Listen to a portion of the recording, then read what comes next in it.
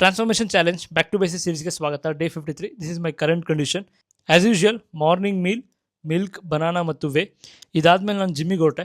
So ಇವತ್ತು ಆಫೀಸಿಗೆ ಹೋಗಬೇಕಾಗಿತ್ತು. ಸೊ ಹಾಗಾಗಿ ಬೇಗ ವರ್ಕೌಟ್ ಮಾಡೋಣ ಅಂತ ಜಿಮ್ಮಿಗೆ ಹೋಗಿ ವಾರ್ಮ್ ಮಾಡಿ ಇವತ್ತಿನ ಸೆಷನ್ ಆಗಿತ್ತು ಪುಷ್ ಸೆಷನ್.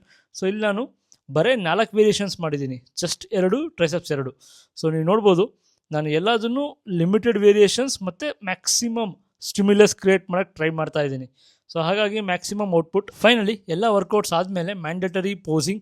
ಸೊ ಇಲ್ಲಿ I can feel my definition has got better, my muscle composition has got better. ಯಾಕಂದರೆ ಬಾಡಿ ವೇಟ್ ಆಲ್ಮೋಸ್ಟ್ ಸಿಮಿಲರ್ ಇದೆ ಆಯಿತಾ, ಏನೂ ಚೇಂಜಸ್ ಇಲ್ಲ. ಬಟ್ ಓವರಾಲ್ ಗ್ರೋತ್ ಮಾತ್ರ ಆಸಮ್. ಬೇಗ ಮನೆಗೆ ಬಂದು ರೈಸ್ ಮಾಡಿಕೊಂಡು, ಚಿಕನ್ ಮಾಡಿಕೊಂಡು, ಮೊಟ್ಟೆ ಮಾಡಿಕೊಂಡು ಬಾಕ್ಸಿಗೆ ಪ್ಯಾಕ್ ಮಾಡಿಕೊಂಡೆ. ಸೊ ಮೀಲ್ ಟು ಹಾಗೆ ತಿಂದ್ಕೊಂಡು ಆಫೀಸ್ ಕಡೆ ಹೊರಟೆ. ಇವತ್ತು ಆಫೀಸಲ್ಲಿ ನಮ್ಮ ಕಲೀಗ್ಸ್ ಎಲ್ಲ ಬಂದಿದ್ದರು. ಸೊ ಅವ್ರ ಮುಂದೆ ಒಂದು posing session with jacket without jacket ಹೇಗಿರ್ತೀನಿ ಅಂತ ತೋರಿಸ್ದೆ. ಸೊ ನೋಡಿ ಅಬ್ಸಲ್ಯೂಟ್ಲಿ ಶಾಕ್ ಆಗೋದ್ರು.